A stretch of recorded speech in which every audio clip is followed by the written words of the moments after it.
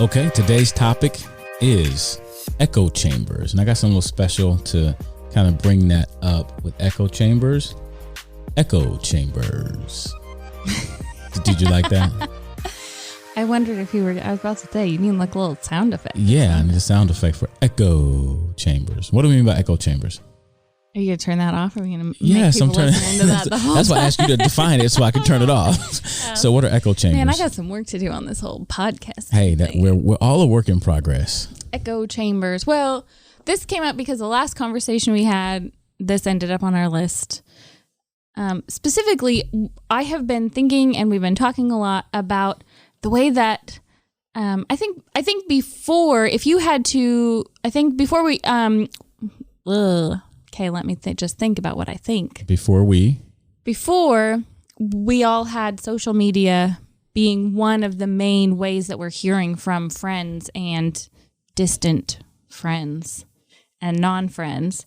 I think maybe we were a little bit more aware when we were choosing to walk towards this group and only talk with this group of people that looks like us or sounds like us or agrees with us on whatever topic.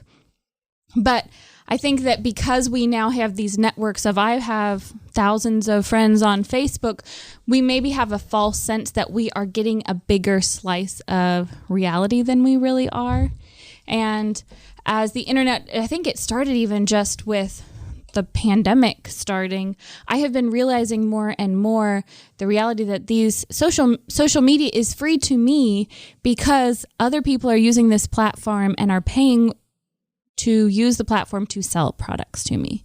And so if you think about that, then the whole thing is designed in a lot of ways to give you more content that it thinks you will like. Now, I know that I am not a tech specialist. I do not work for Facebook, but I realize that things are curated. I mean, I've definitely realized that with the ads, but even with the content that I'm seeing, the algorithms are built to notice what kind of content I've clicked on before and give me more of that. One of the ways that I really realized this was Sophia really loved the Great British Baking Show. And so... With good reasons.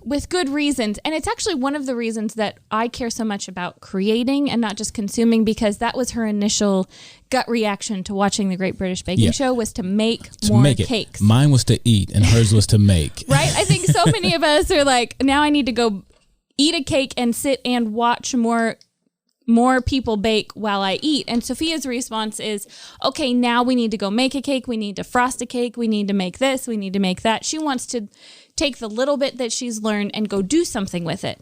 And I think that I just love that response from her. But she decided that she wanted to look on Instagram and she realized that there were these little clips of people decorating cakes and decorating things.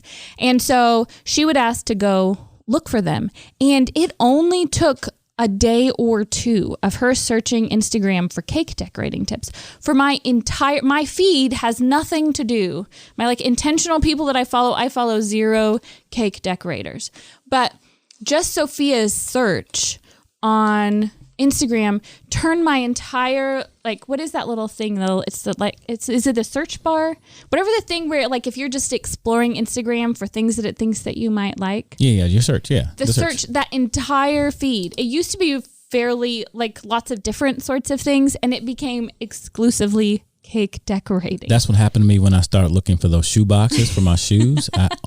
Every ad for shoe boxes started popping up. But this wasn't even just ads. It was everything. People creating content just turned into cake decorating, which can be really great if that's what you're looking for and if you know that that's what's happening. But I think a lot of us use social media not realizing that in some ways it's like a search engine where it's made to just give you results that it thinks you're going to like.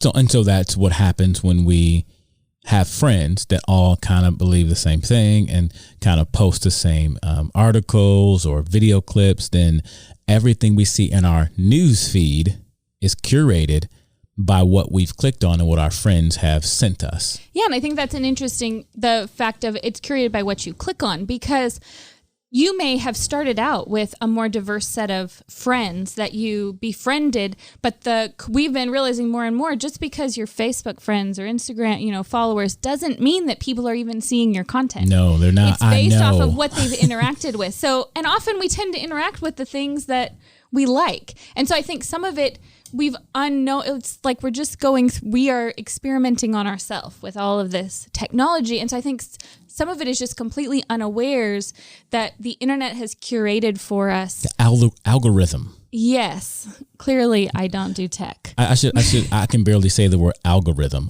Every time I say it, I want to make sure I say it right. But it's kind of like I should do a video called The Algorithm Life, because many of us that's the life we're living. Yep. If we're on all these social media networks, and then it just begins to feed us all the same information. Let me define echo chamber while I pull it up. Echo chamber is a metaphoric description of a situation which beliefs are amplified or reinforced by communication and repetition inside a closed system.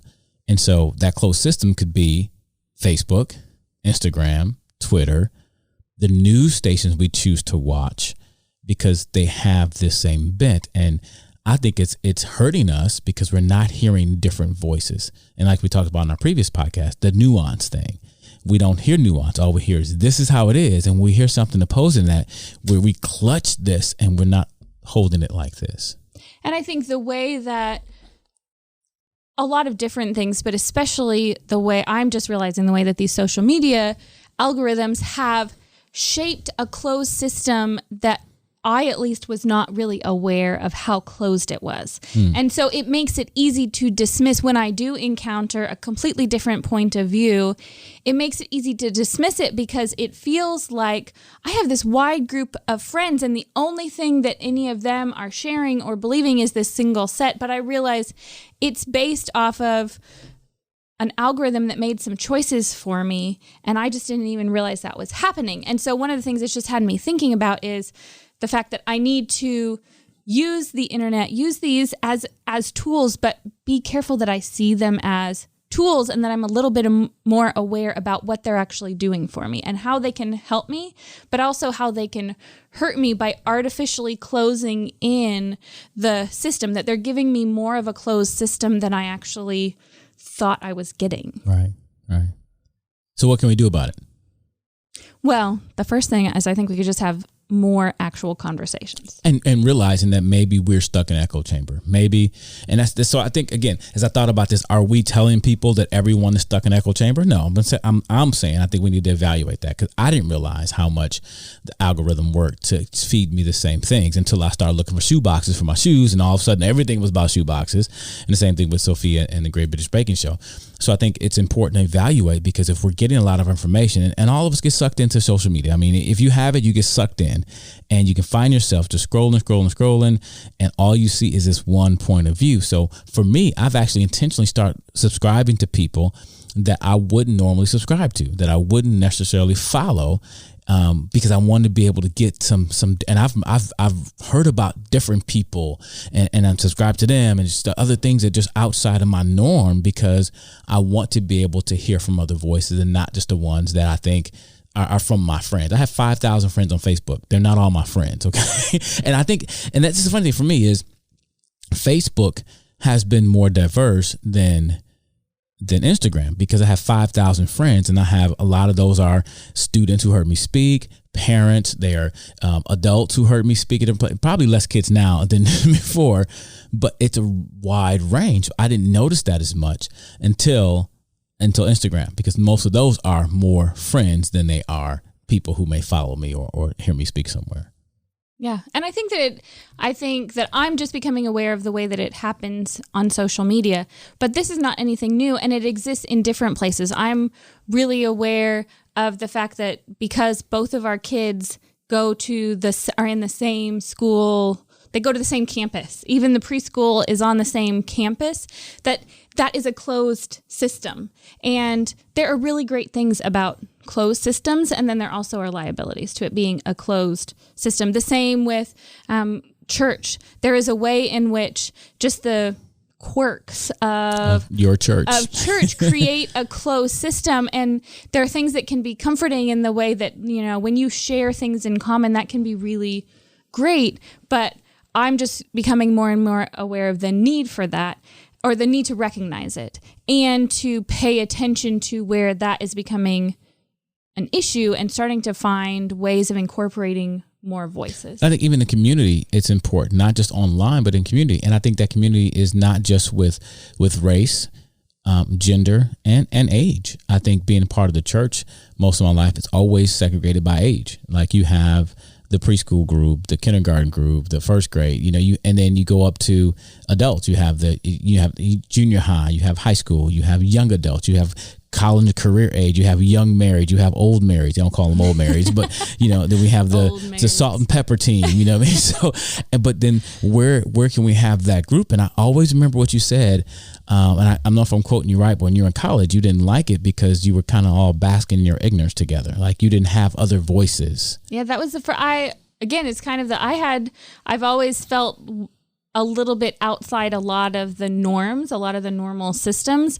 And I grew up in a system that never put me just with peers. I had never spent extended amounts of time just with my peers until I'm living in a college dorm. And it just hit me that we are all sitting around sharing our mutual ignorance. That's what you said, our mutual ignorance. And I think one of the things that is really helpful when you can recognize that and break out of it a little bit is one of the things that became crippling about that. And that's where I recognized it was like the level of anxiety and fear about certain things could really quickly spike because none of us had perspective outside of this one situation. We needed some old people to be in that conversation because we needed that perspective. We also needed some like little kids to be in our life. And I think that like there's really good things about those spaces.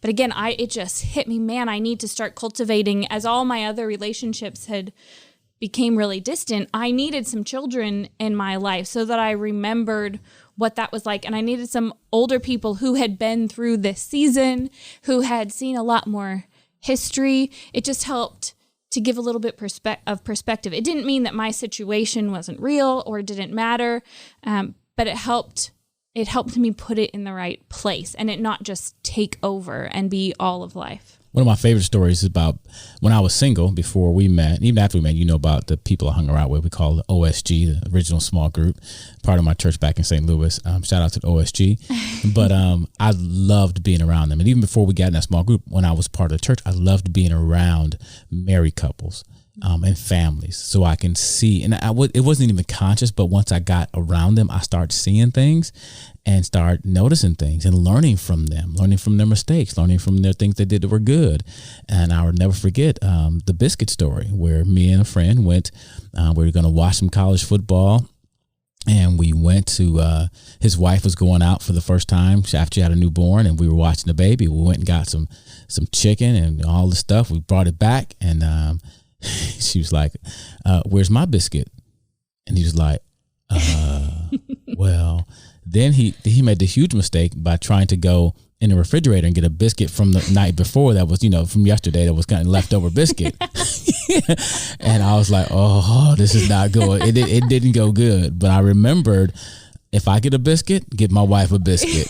But that happened because I wasn't just in the echo chamber of single young guys hanging out, but because I was around married couples. I can see even the fact that he was babysitting his newborn. He was watching his newborn while we watched football and she went out, that those things happen in marriage. It's not just the ideas of my friends and what we go continue to do all the time. And so I think that helped me a lot to be around other people and not just in that echo chamber of just my peers. Mm-hmm. So I think that's very important as we enter any conversation, especially when it comes to politics or anything in our nation and culturally, that we should make sure that we are trying to, my view is we should evaluate. So that's the homework assignment or the call to action is, in your group, whether that group would be, hopefully it's a diverse group, have that conversation. Are you an echo chamber? Do you get together and just fuss and yell about all the things, or do you leave space to hear a different viewpoint so you can see things a little differently? And I would encourage identifying the echo chambers that exist in our lives, because I think that they probably exist in multiple spaces, not just in small groups. But I think it's a good conversation. And that like I would say that I as a person exist in multiple different echo chambers. I think that I've got there's a school echo chamber that exists. There's within our own house, within a friend group, there's a faith sphere where just because of how I've grown up and the church group, there's an echo chamber that exists there. And I think it's helpful to just identify what are those. Right. And we're not saying you shouldn't have peer groups. We're not saying you shouldn't have people that kind of believe the same thing. That's kind of just natural because you gravitate to each other. But I think to be able to acknowledge that maybe I need to look at making sure I'm not in all echo chambers everywhere I go. And it's again just that idea of awareness, because then you can come to a conversation, you can come to the table knowing what you bring. Yeah. So with that said, I think I'm gonna let you end the episode today. Thanks. Bye. Thanks and bye. You're not gonna tell them to check out. I meant to write down. You wrote down. You said something catchy at the end of the last one. Check us out on Apple. The little purple thing. Apple Podcast. The little purple thing with the little podcasty guy on it. And anywhere else that you listen to your podcast. There you go. And maybe on YouTube, but we're not going to look at you. If you have, maybe this is the first time I heard this. We are recording this for YouTube, but I'm trying not to look at the camera because I just want you to just watch it. I know, but we won't look at you. Sounds quite different. Yeah, catch on YouTube, but we won't look at you. Sorry. And if you want to join this conversation, share your responses. He's going to tell you how you can do that. Lifewiththebrowns.com. Lifewiththebrowns.com. They can also call. We have a call or text. Our feedback phone number. It's getting complicated. We do have a phone number you can call or text. That number is 530-535-8121. Once again, that's 530-535-8121. You can leave a voicemail or you can send a text and we will get it, and hopefully we can incorporate it in our next conversation with the Browns. All right. Thanks, friends. Peace. I was waiting for that.